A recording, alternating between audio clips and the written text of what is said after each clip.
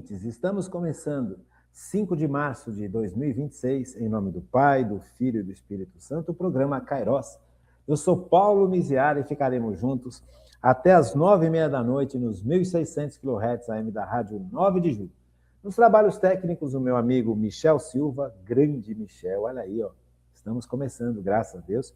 Quero agradecer demais à Paróquia Nossa Senhora do Brasil por manter esse nosso programa no ar.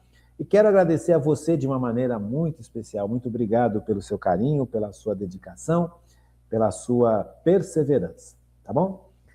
Estamos estudando a virtude da fé, e a virtude da fé, ela é uma virtude muito importante. A virtude teologal da fé, ela é extremamente importante. Por quê? Porque a virtude da fé revela para nós uma realidade, por sinal, a realidade mais importante que existe, que é Deus. E tudo que Deus faz pela humanidade, através da sua revelação e através da igreja, através de Cristo, Cristo Senhor nosso. Então, a virtude da fé, ela abre para a gente um campo maravilhoso. Uma realidade que para muita gente hoje está escondida. Uma realidade que muita gente hoje não tem mais perspectiva, não tem noção de que isso existe. E o que é pior, nem quer ter. Então, a virtude da fé ela é essencial como existência, assim como nós vamos perceber as outras duas virtudes teologais, a esperança e o amor. Sem essas capacidades sobrenaturais que Deus nos dá a partir do nosso batismo, a nossa vida se torna extremamente empobrecida. Extremamente empobrecida. Então, diante do estudo da virtude da fé, nós fomos aprendendo muitas coisas e dentre essas coisas nós aprendemos que é importante cultivar a nossa fé.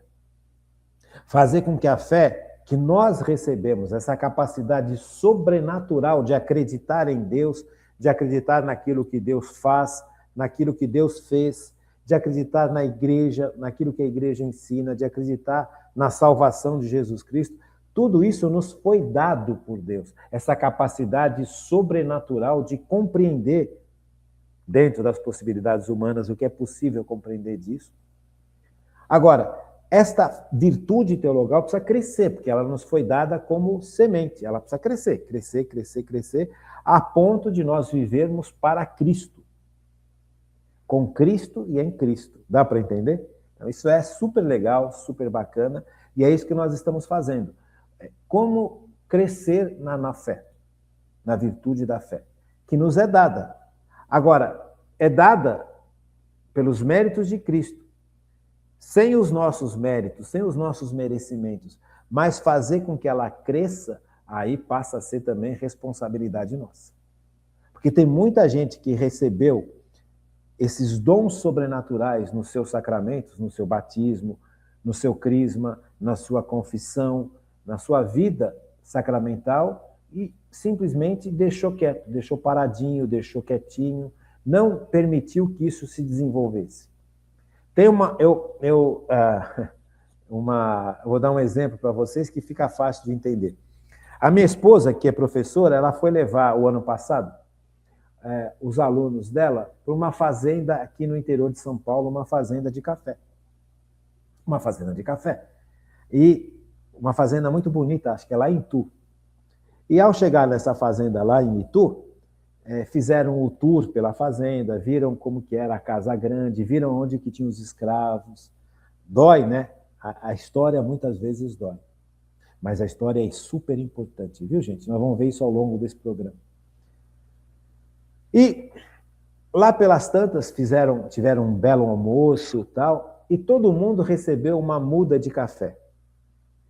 E ela trouxe para casa essa muda de café, e essa muda de café ficou durante quase um ano paradinha no mesmo lugar que ela chegou, num recipiente muito fininho.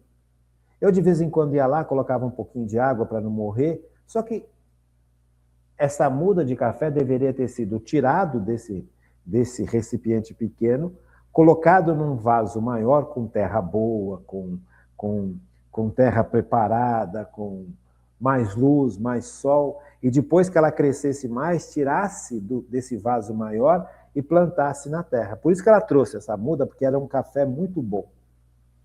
Só que a gente foi deixando a muda nesse vasinho pequenininho que ela chegou e ela não se desenvolveu. Aí eu peguei essa muda um dia, fiquei com tanta pena dela e plantei direto num pedacinho de jardim que a gente tem aqui na nossa casa. A nossa casa é uma casa de esquina, então tem um jardim dentro da casa e tinha um espaçozinho pequeno que caberia depois um pé de café que crescesse. Só que eu plantei isso, peguei, fui comprar um pouco de terra melhor, plantei lá, tal, tirei, fiz um buraco, plantei, coloquei essa terra, reguei e olha, cresceu 2, 3 flores, folhazinhas. Ela não cresce mais em altura. Essas folhas estão crescendo meio que de lado. E ela já está com o aspecto de um pé que está secando. É triste, né? E é exatamente isso que muita gente faz com a virtude da fé, com a virtude da esperança, com a graça santificante, com os dons de santificação, deixam ficar semente. E a semente precisa germinar e crescer. Então, a virtude da fé, para crescer, nós precisamos de vida de oração, de vida de sacramento, de vida de comunidade. E como nós estamos estudando, é importante que a gente aprenda com os santos, ver como que Deus agiu na vida deles. Quando a gente enxerga o que Deus faz na vida dos santos, quando a gente tem capacidade de enxergar o que Deus já fez na vida da gente, quando a gente enxerga a nossa história com a luz do alto, nós percebemos quantas coisas Deus fez em favor da gente, quanta proteção, quanto amparo, quanta providência. Né? A gente vai percebendo isso. E quando você estuda a vida dos santos, você também percebe a providência de Deus, o amor de Deus, o cuidado de Deus, a ação de Deus em favor da igreja, em favor desses homens e dessas mulheres. Como é que esses homens e mulheres deixaram de ser homens e mulheres que viviam no pecado, que viviam na indiferença, que viviam no egoísmo, que viviam no orgulho, na prepotência, que viviam na impureza, que viviam ignorando a Deus e ignorando os outros, o sofrimento dos outros. Como é que esses homens se tornaram, e mulheres se tornaram, santos e santas que viveram para Deus e para os outros?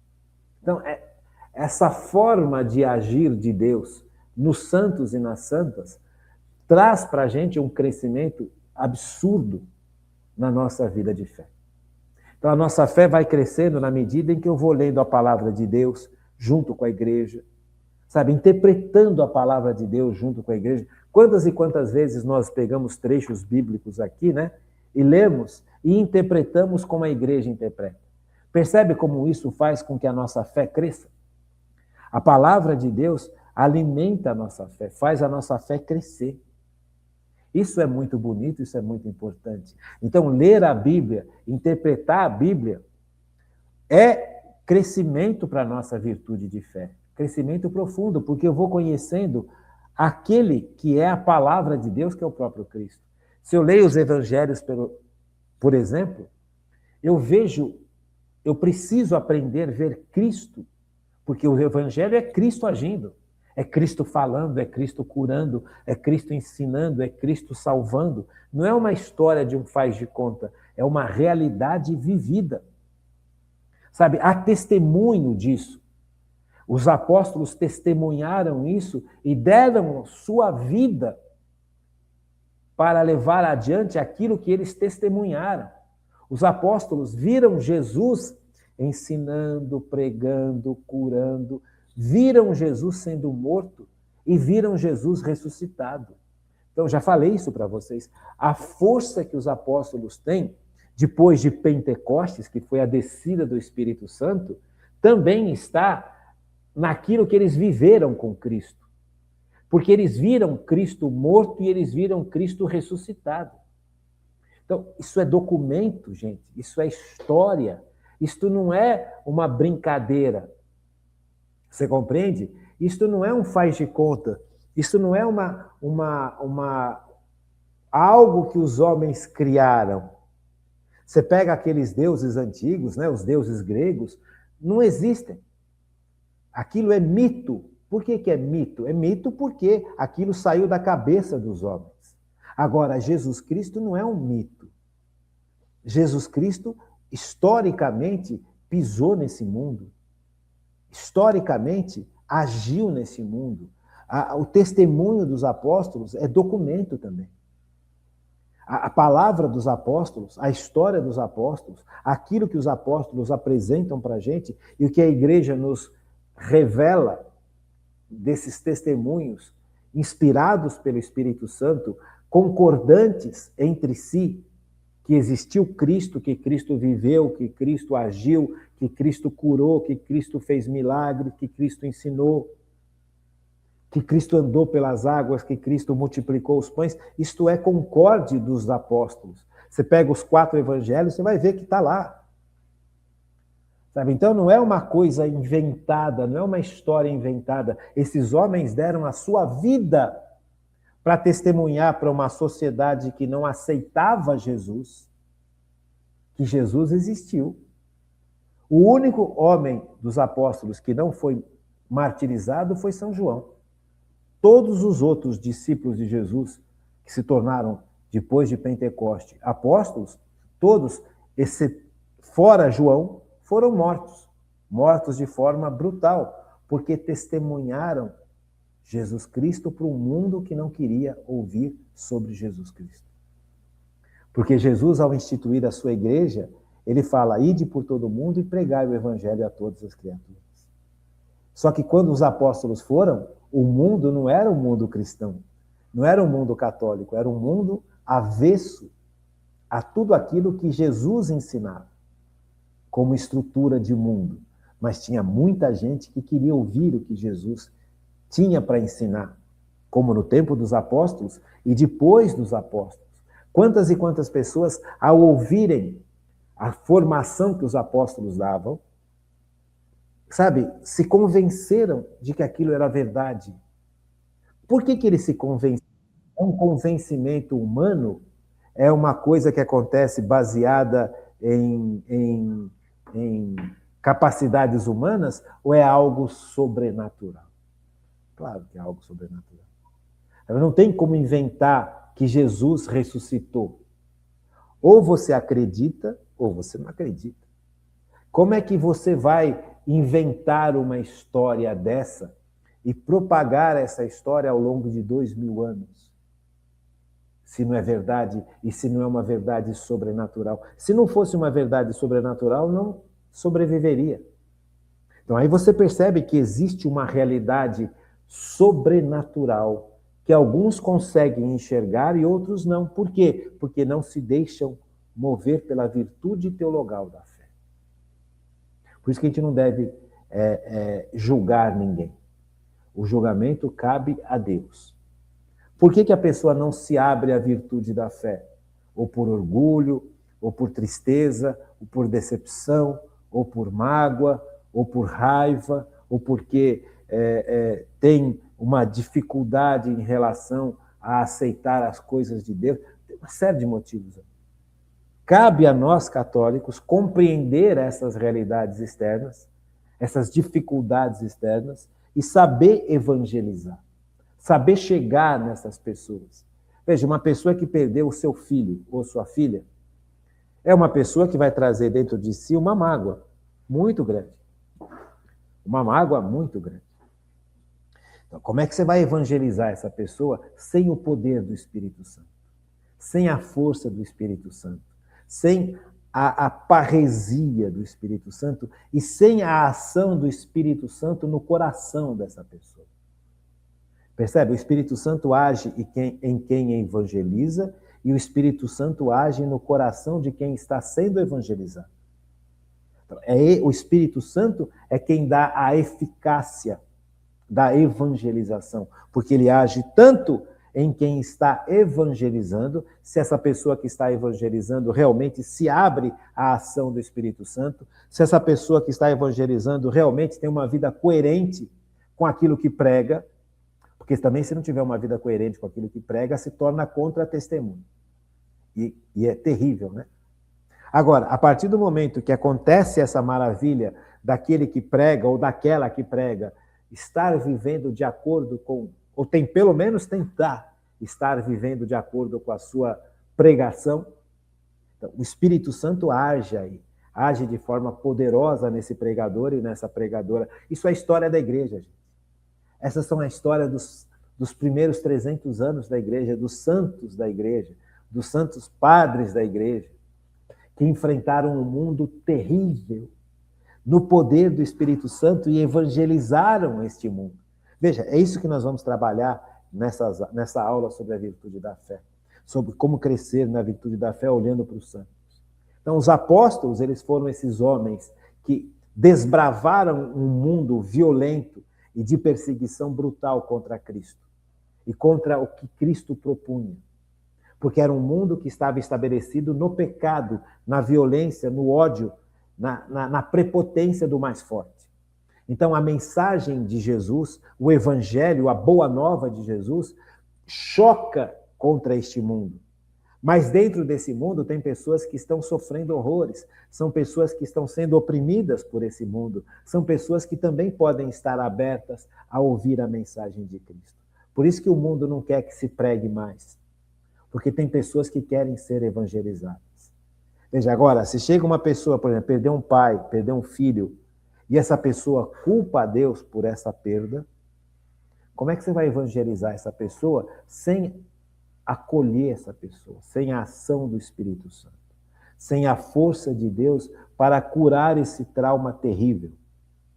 Porque é esta cura que faz com que essa pessoa possa se abrir à evangelização. Se ela culpar a Deus, porque na cabeça dessa pessoa a culpa da morte do seu filho ou da sua filha é de Deus, como é que você vai evangelizar? Você compreende? Veja, como é difícil evangelizar, não é fácil. Uma pessoa que vive fechada num mundo de ateísmo brutal, um mundo da ciência, que se recusa terminantemente a aceitar o sobrenatural, porque não tem como provar cientificamente o sobrenatural. Veja, essa pessoa está equivocada, porque existe um lado racional da fé. Sabe, São Tomás de Aquino, trabalha muito isso, as 5 vias de São Tomás de Aquino, que prova a existência de Deus, baseado em Aristóteles e Platão. Veja, isso é importante saber lidar com essa realidade, porque o mundo hoje se tornou um mundo materialista, anti-Deus. Então, quando você apresenta para essas pessoas a possibilidade racional da existência de Deus, já balança. Então, veja, é necessário saber evangelizar. Então, quem dá essa sabedoria é o Espírito Santo. E quem move os corações evangelizados a se abrirem à ação de Deus é o próprio Espírito Santo. Então, isso é lindo. Agora, a igreja é chamada para levar essa evangelização a um mundo hoje que se tornou realmente ateu. Por isso é importante a gente saber todos esses detalhes sobre a virtude da fé. A virtude da fé é uma realidade que abrange o racional, abrange o emocional, mas não fica só no racional e no emocional, ela é supra-racional. Ela vai além do racional. Ela propõe coisas que não tem como provar cientificamente, como a ciência ou o cientificismo quer que seja provado. Como é que você prova a existência das leis? Através da matemática. Ciência. Agora, a ciência chega até aí. As leis são provadas pelo seu uso, pela realidade do mundo. Então, você vai fazer uma equação sobre uma reação química, aquilo tem como ser provado. Aquela reação química tem como ser analisada, provada, repetida. Ótimo. Agora, quem criou as leis que permitem que essa reação química aconteça? A ciência não chega até aí. Percebe? Então, existe uma realidade que vai além da ciência. São verdades que vão além da ciência. que a ciência nunca... Como é que a ciência vai conseguir definir quem criou as leis? Porque as leis existem, mas quem criou as leis? Quem define quem criou as leis é uma outra ciência chamada filosofia. Você percebe? Então, a filosofia, ela está acima, de certa forma, da ciência. Só que a filosofia não nega a ciência. A filosofia é uma ciência que busca esses questionamentos, a resposta para esses questionamentos. Isso tudo faz parte da fé. Então, São Tomás de Aquino, ele debruçou sobre isso. Então, quando ele chega e fala, olha, não é lógico que não exista Deus, ele está falando para os cientistas racionalistas. E está falando para a gente também. Só que isso não é evangelização, isso é a preparação para a evangelização. Isso aí é abrir espaço para que a evangelização possa acontecer. Porque quem faz a evangelização é o Espírito Santo. Mas se meu coração está fechado ao Espírito Santo, porque eu perdi meu pai, perdi meu filho, perdi minha fortuna, perdi meu casamento, Se eu estou cheio de trauma, como é que eu vou dar espaço para o Espírito Santo abrir meu entendimento? Percebe? Então, a virtude da fé ela é super importante e ela abrange o racional e o emocional. Então, esses primeiros homens são muito importantes para a história da igreja e para a nossa história. Nós, ao estudarmos a vida dos santos, os primeiros padres da igreja, a patrística, estudando esses primeiros homens, e mulheres também, né? Mas principalmente esses grandes homens, né? Deixa eu abrir aqui para você, falar alguns nomes importantes para a gente entender. Santo Estevão, que foi o primeiro mártir que está na Bíblia. Os apóstolos que foram mortos.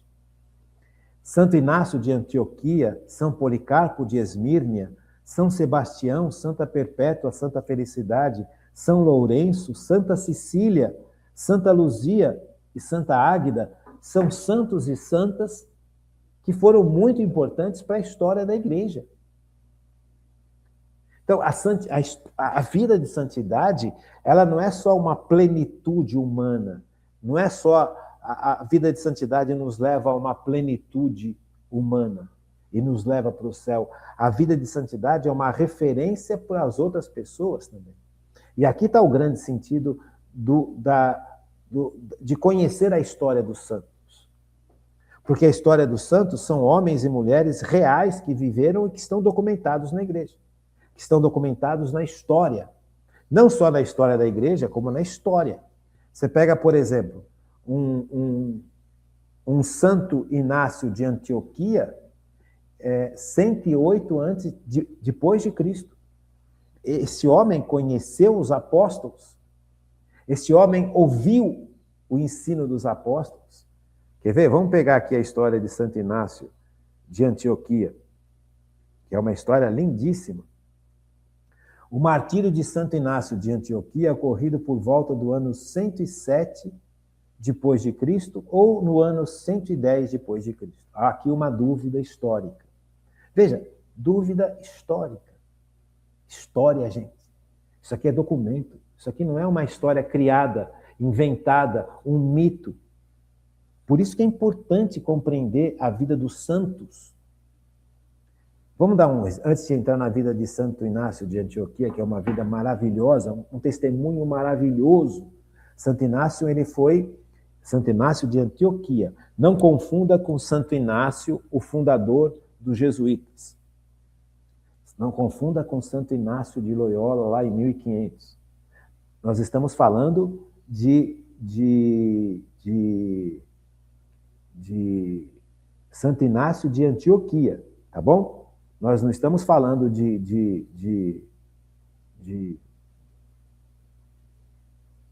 Oh, meu Deus, perdi aqui. Nós estamos falando de Santo Inácio de Antioquia. Depois a gente vai ver a história dele. Mas, veja, a importância de estudar, de conhecer a virtude da fé, é que nós vivemos num mundo hoje também que ele é um mundo muito distante de Deus. E quando o mundo se torna muito distante de Deus, a sociedade se torna uma sociedade violenta, triste, magoada.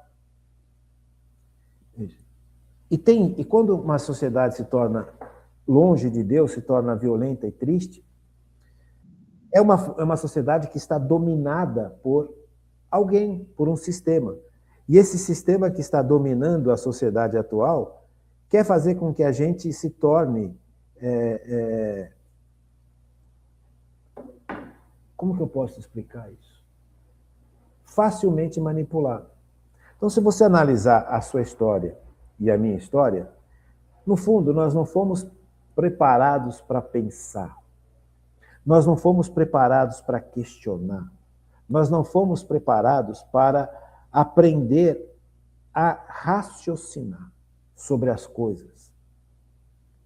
Nós não fomos preparados para buscar argumentos que corroboram as nossas ideias, que apoiem as nossas ideias, que apoiem os nossos pontos importantes da vida. Nós fomos acostumados a ter uma vida assim, dirigida por outros. É duro falar isso. Por isso a importância da história, de estudar a história dos santos, de mergulhar na virtude da fé. Por isso que é super importante. Porque senão a gente acaba entrando numa situação de manipulação fácil. Veja, para você entender, para eu entender também. A sociedade hoje não é formada mais para pensar, como foi no tempo do meu pai, no tempo do meu avô. No tempo do meu pai, no tempo do meu avô, a sociedade, como era uma sociedade cristã, basicamente, de um modo geral, era formada para pensar. Porque o cristão é chamado a pensar, é chamado a analisar o mundo, é chamado a ter uma postura adequada frente às dificuldades, é chamado a ter fortaleza, discernimento, sabedoria. Hoje não. Hoje você não é formado para pensar, hoje você é formado para ser um bom profissional, quando muito. Só que o ser humano não se reduz a uma profissão. Veja, eu não posso ser só um bom médico, um bom dentista, um bom engenheiro, um bom funcionário de uma empresa. Nós estamos sendo formados para que nós possamos servir de peça numa engrenagem. Você compreende? Isso é terrível. Porque a gente perde completamente a nossa referência de realidade. Essa realidade natural e essa realidade sobrenatural que a fé nos revela. Isso faz com que a gente perca isto. A consciência de uma realidade natural e a consciência de uma realidade sobrenatural. Nós não fomos criados para esse mundo, nós fomos criados para o céu. Nós passamos por esse mundo e devemos passar por esse mundo da melhor maneira possível e ajudar a transformar esse mundo num lugar adequado, mas nós fomos feitos para o céu.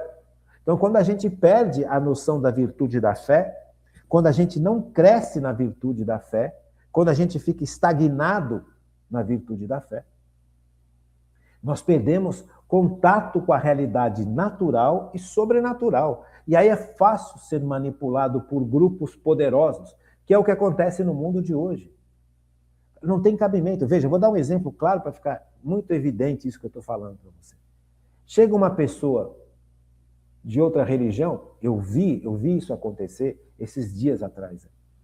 Isso me deixou muito triste, há alguns meses atrás. Chegou um tal teólogo, que eu não vou falar nome, de uma outra denominação cristã, e falou claramente, para quem quisesse ouvir, que a Igreja Católica não foi estabelecida por Jesus Cristo. Foi criada por Constantino, que foi um imperador romano. Veja, e as pessoas acatam isso como se fosse verdade.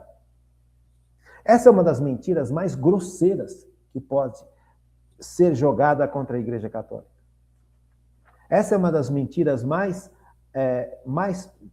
ridículas, porque existe uma história, existem documentos que comprovam que a Igreja existe desde quando Jesus a instituiu. Os santos, esse que nós falamos, Santo Inácio de Antioquia, São Policarpo, os próprios apóstolos, todos esses homens, Santa Cecília, São Sebastião, aquele do Rio de Janeiro, né? O Rio de Janeiro tem o nome de São Sebastião. Todos esses são santos que viveram nos primeiros 300 anos da igreja. Então, como é que alguém ousa chegar publicamente e falar que a Igreja Católica só passou a existir a partir de Constantino? Gente, e esses santos padres da igreja, nesses primeiros 300 anos da igreja, como é que ficam? Como é que fica a história desses homens? História real, documentada, testemunhada. Os apóstolos testemunharam Jesus. Santo Inácio de Antioquia convivia com alguns desses apóstolos. Então, Santo Inácio de Antioquia sabe o que ele fala, o que ele prega, o que ele ensina. São Policarpo também conviveu com esses homens. Então, você começa a perceber que existe aqui um contexto em que nós não temos formação, que nós não temos informação básica. Aí um cidadão, no alto da sua prepotência, chega e fala: eu sou teólogo cristão de uma outra denominação e afirmo que a Igreja Católica só começou com Constantino. E eu só vi 2, 3 padres levantando e falar: não, você está louco. Gente, e o resto? E nós? Como é que fica? Então, o testemunho dos santos não só nos ajuda a crescer como cristãos, a crescer em santidade, como a compreender a obra que Deus faz, tanto na vida da gente quanto na igreja. Então, o estudo dos testemunhos não só alimentam a nossa virtude de fé que nós recebemos no nosso batismo, e essa virtude ela precisa crescer. E nós estamos estudando o Catecismo da Igreja Católica há anos por causa disso, porque isso faz parte do crescimento da nossa virtude na fé, da fé. Percebe? O estudo faz parte. E o estudo da vida dos santos também faz parte. E o estudo da palavra de Deus também faz parte. E é assim que a gente cresce na fé. Então, como é que um cidadão que se diz teólogo, esse cara estudou num lugar que dava teologia. E nesse lugar que dava teologia, ele aprendeu que a Igreja Católica só começou a existir a partir de Constantino no ano 300. E como é que ficam esses 300 anos antes, aonde esses santos e santas deram a vida pelo catolicismo? Quando nós não temos a capacidade de questionar esse tipo de coisa, a gente não precisa ser nem católico para questionar isso. Sabe? Não precisa ser nem cristão para questionar isso.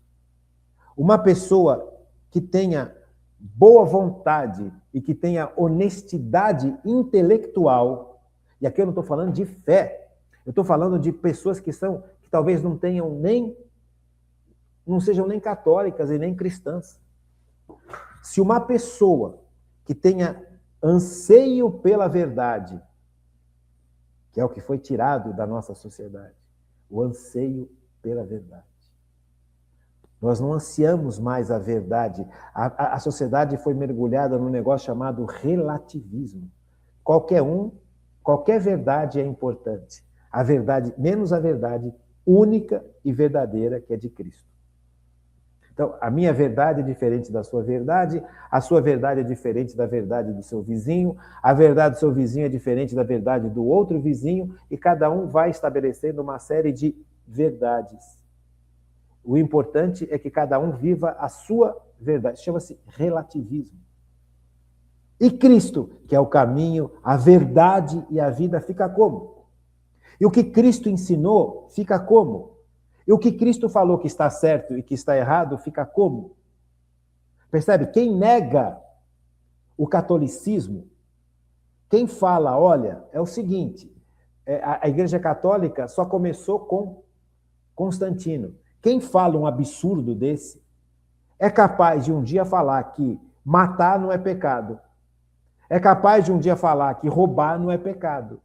É capaz de um dia falar que trair a sua esposa não é pecado. É capaz de um dia falar que sexo fora do casamento não é pecado. Compreendeu? Então, você entende? A virtude da fé, ela é essencial. no mais básico da nossa existência e numa estrutura de sociedade. Porque senão nós perdemos os parâmetros que Deus estabeleceu para que uma sociedade possa existir. Quando alguém tem a petulância de ir contra a história documentada e negar a existência de um São Policarpo, de um Santo Inácio de Antioquia, de negar a existência de um São Sebastião, de uma Santa Cecília, que são santos e santas dos primeiros 300 anos que foram martirizados por serem católicos. Uma pessoa que chega neste nível e se diz teólogo ou teóloga, aprendeu isso. Veja que nível que nós estamos. Então, quanto de nós hoje estamos contaminados por essa visão anticatólica, anticristã, antirreligiosa, sem perceber? Qual que é o problema de estar contaminado contra a fé? É que nós passamos a ser dominados porque é mais poderoso, por um sistema injusto de mundo.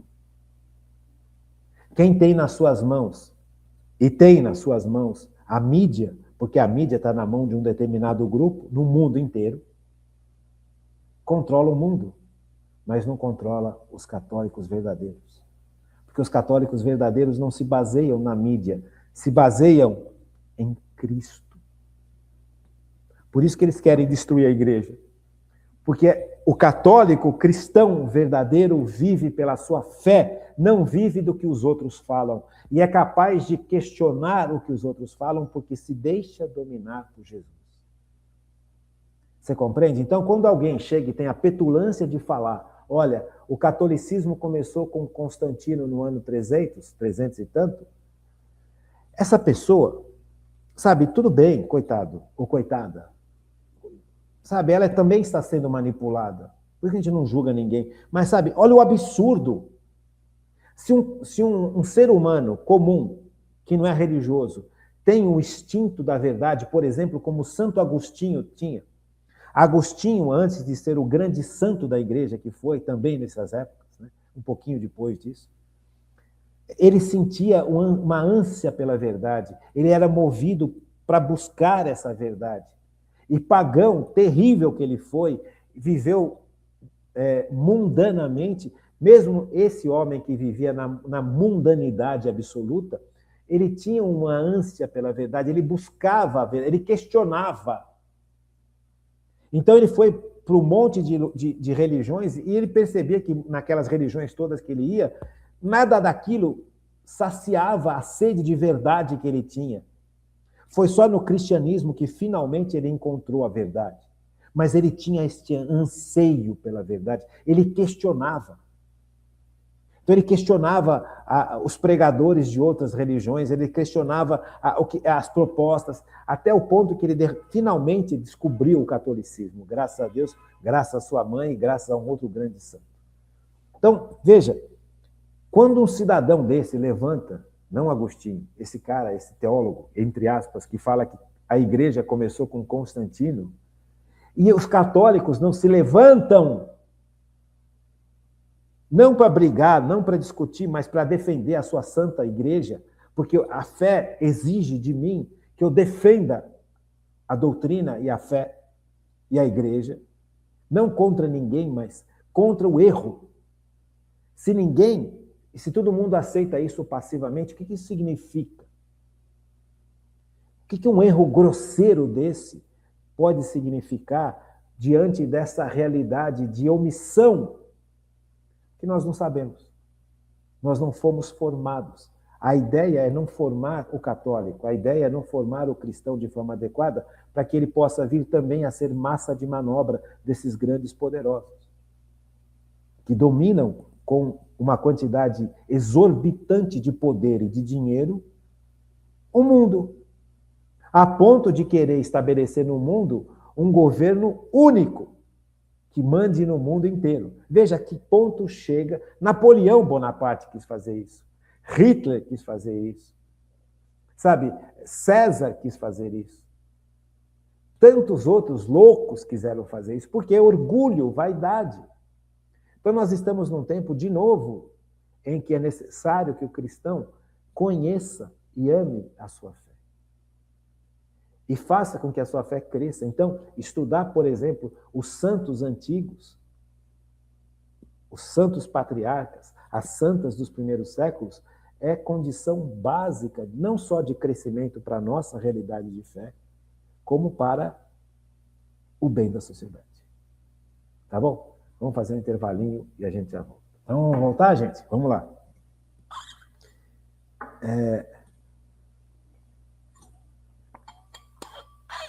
Logo depois dos apóstolos, o primeiro mártir documentado dos tempos antigos é Santo Estevão.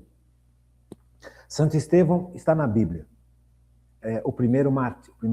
Tanto é que São Paulo, antes de ser São Paulo, aprovou o apedrejamento de Estevão. Isso é bíblico. Depois de Estevão, vêm os próprios apóstolos, que vão levar o catolicismo para o mundo inteiro, vão levar Jesus, o evangelho para o mundo inteiro, a boa notícia. Desses apóstolos, o único que não foi martirizado foi São João. Todos os outros apóstolos foram martirizados. São Pedro, ele foi crucificado e ele não aceitou ser crucificado como Jesus foi crucificado. Ele foi crucificado de cabeça para baixo. Porque ele, diante da realidade, ele não se achava digno de ser morto por Cristo, como o próprio Cristo foi morto. Veja, esse é o nível, gente, de virtude de fé que nós precisamos aprender, conhecer e saber que existe, que existiu, que teve pessoas que deram a vida por Deus, que deram um testemunho. Martírio significa testemunhar. Agora, o martírio com a vida, deu a vida. São Paulo e São Pedro e os demais apóstolos deram a vida para testemunhar. Inclusive, entregaram a sua própria vida plenamente para o ministério da evangelização, como a sua própria vida para não negar Cristo. Isso é o martírio. Eles morreram para não negar Cristo. São Paulo morreu em Jerusalém. São Paulo finalmente foi morto em Jerusalém. Então, veja, esses homens são mártires porque eles deram a sua vida para Deus, em todos os sentidos, testemunharam a sua vida, todas as áreas das suas vidas eram vividas para amar a Deus, amar a Cristo e amar ao próximo, a ponto de entregar a própria existência para não negar esse Cristo. Então é bonito demais isso. Então nós precisamos saber disso. Aí tem um outro santo que eu acho que desde o comecinho da igreja, olha, ano 107, depois de Cristo, Santo Inácio de Antioquia. A história de Santo Inácio de Antioquia é maravilhosa. Santo Inácio ele foi um bispo. Ele foi bispo lá em Antioquia. Compreendeu? Foi bispo. Gente, nos primeiros 300 anos da igreja,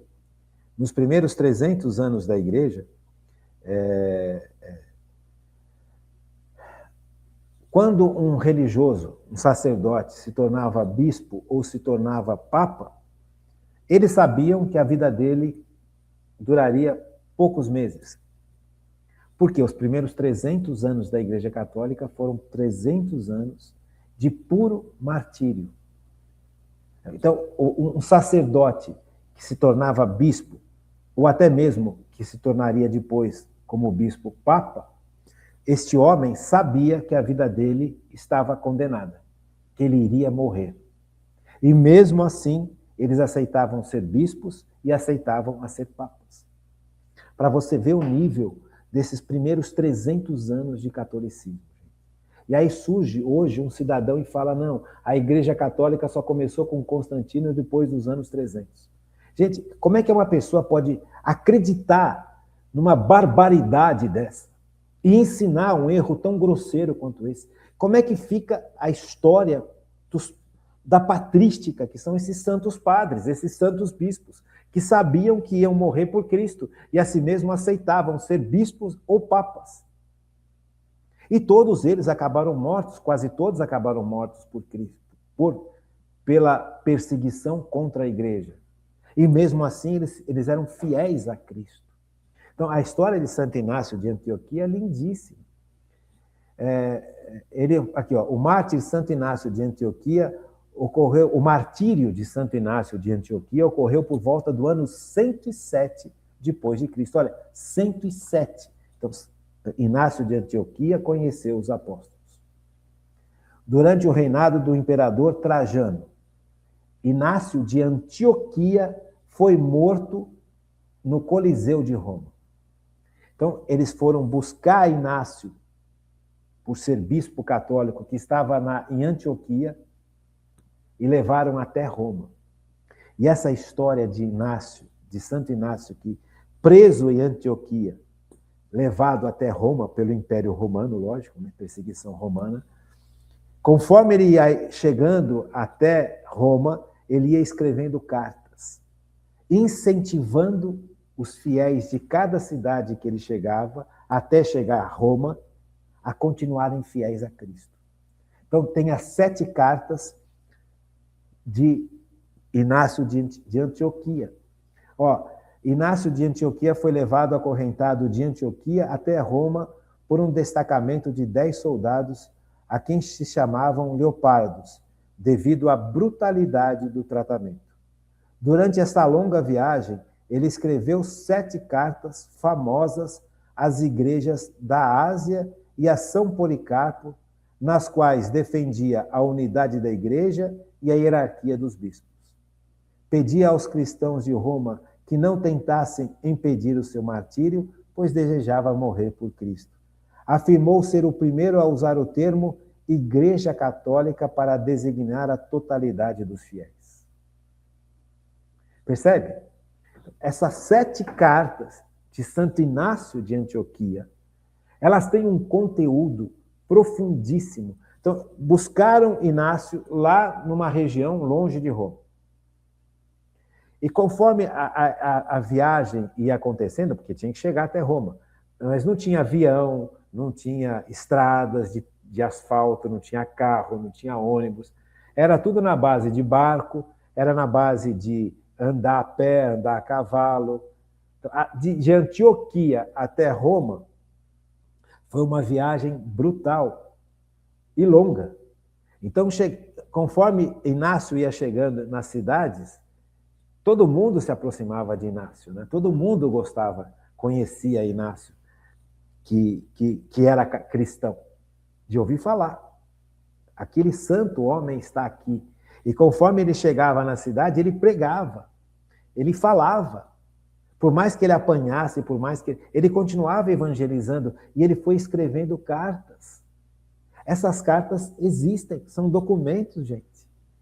Então nós precisamos compreender que o catolicismo, ele não é algo inventado. Então quando eu vou estudar, por isso que eu quero estudar com vocês, eu não quero falar muito sobre Santo Inácio, não quero entrar em tantos detalhes, porque quando nós estivermos estudando a história da igreja, nós vamos mergulhar nesses grandes homens. Sabe? E ele foi morto, Santo Inácio foi morto.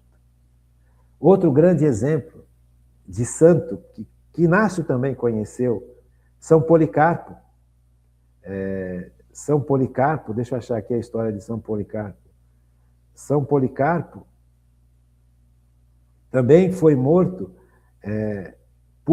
pela fé, né? São Policarpo foi mais ou menos no ano 155 depois de Cristo. Também foi morto porque era um bispo, era um padre da igreja, era alguém que tinha convivido com alguns dos apóstolos, que viveu, aprendeu com os apóstolos e continuou ensinando e se tornou bispo e foi martirizado. Sabe, São Sebastião, São Sebastião também foi dessa época, anos 200 e pouquinho, depois de Cristo. São Sebastião era um cristão, ele era cristão, mas ele fez parte do exército de Roma. O pai dele fazia parte do exército romano, São Sebastião. E São Sebastião, ele, mesmo sendo cristão, ele quis fazer parte do exército romano, Porque uma das intenções de São Sebastião é o mesmo que dá o nome ao Rio de Janeiro, São Sebastião do Rio de Janeiro. Então, São Sebastião, uma das intenções de São Sebastião, ele foi um grande guarda, ele foi um grande soldado. Ele chegou a um nível alto na hierarquia de Roma, do exército romano. Mas no coração de São Sebastião existia o desejo de evangelizar o exército romano. Percebe? Ele era soldado, um grande soldado, mas ele, escondido do sistema, evangelizava dentro das fileiras do exército romano.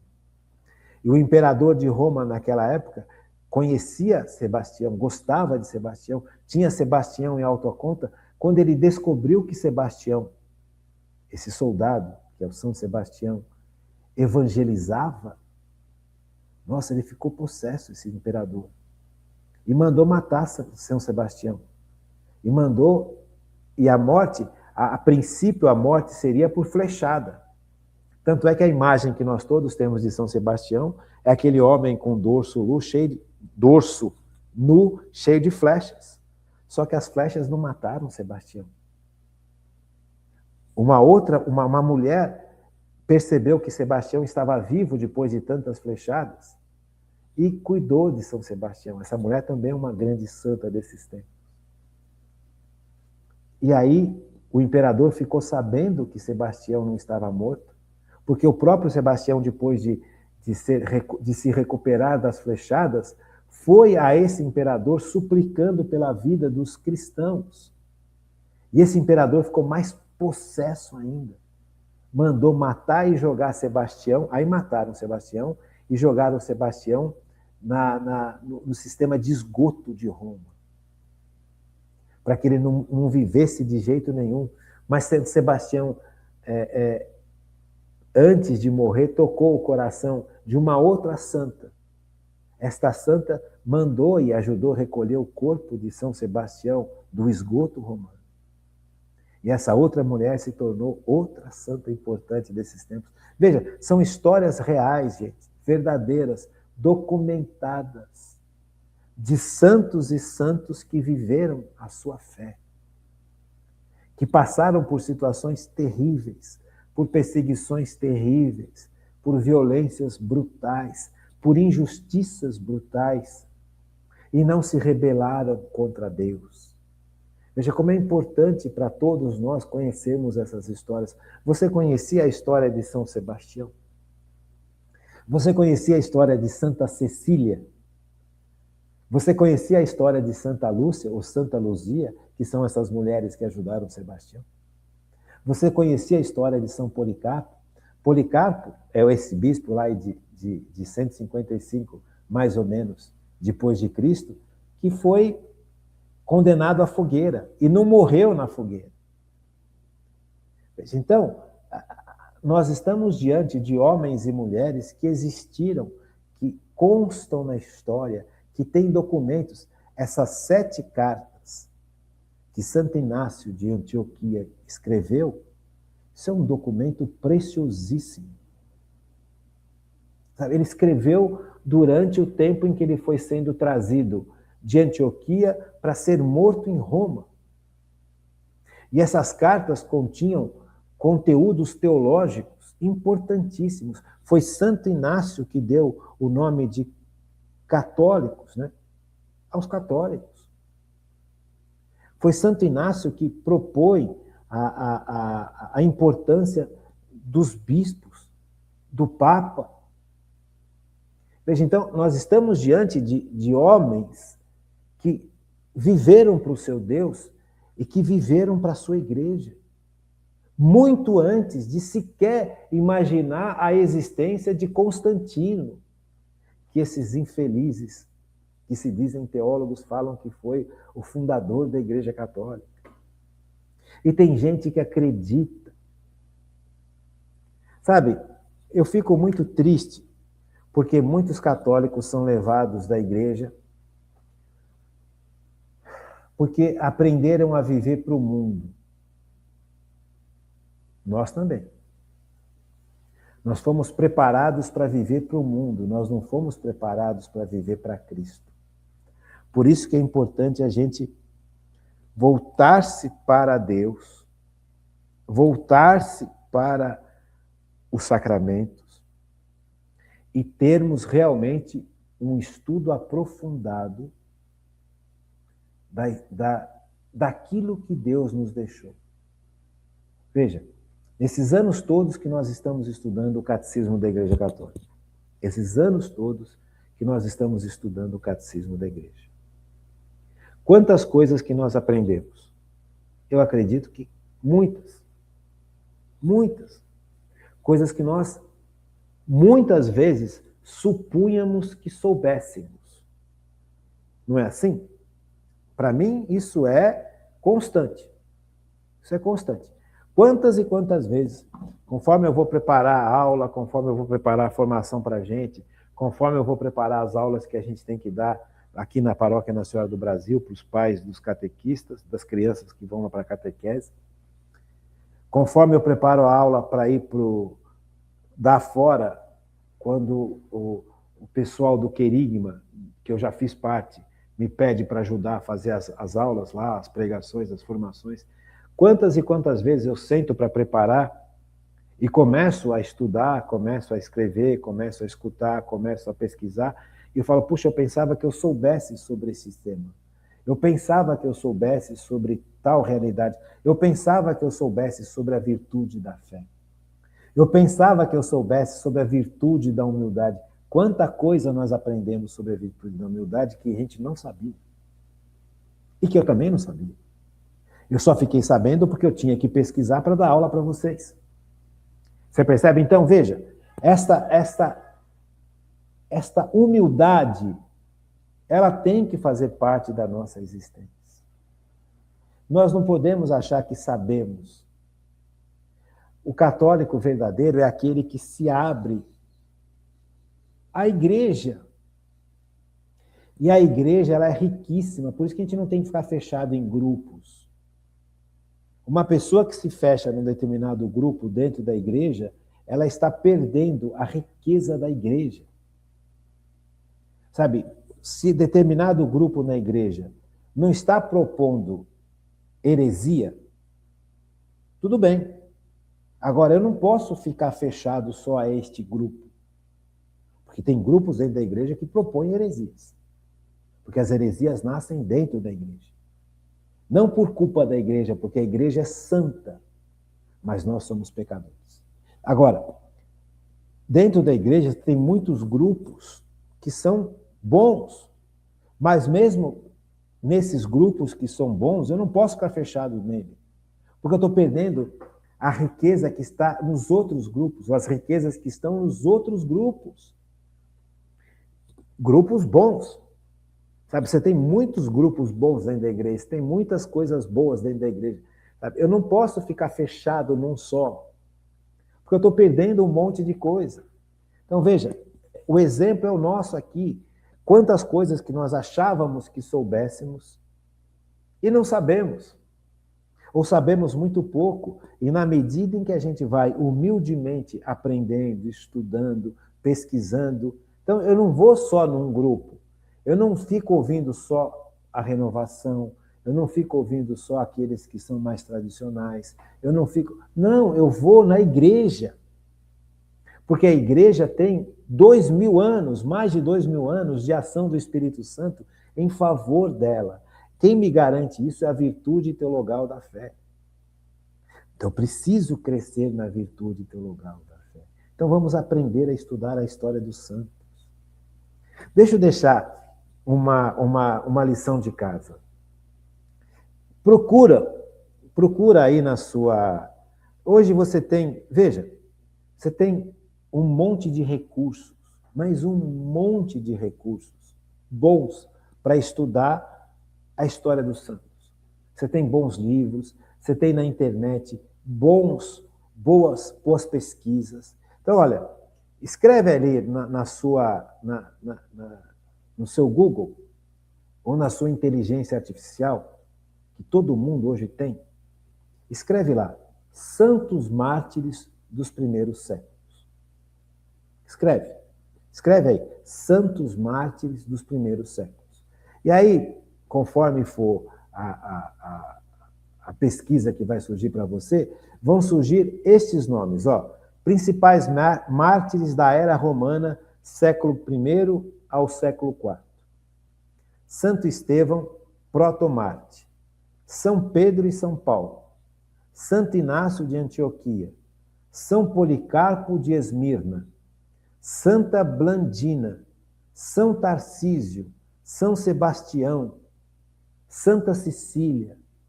Santa Luzia, ou Lúcia. E aí vai.